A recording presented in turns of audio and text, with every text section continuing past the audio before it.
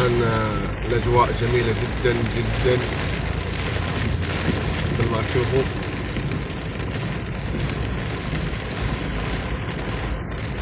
ما شاء الله يعني جاي بقوة. فالأمطار ما يحلى لك غير الفور ويل.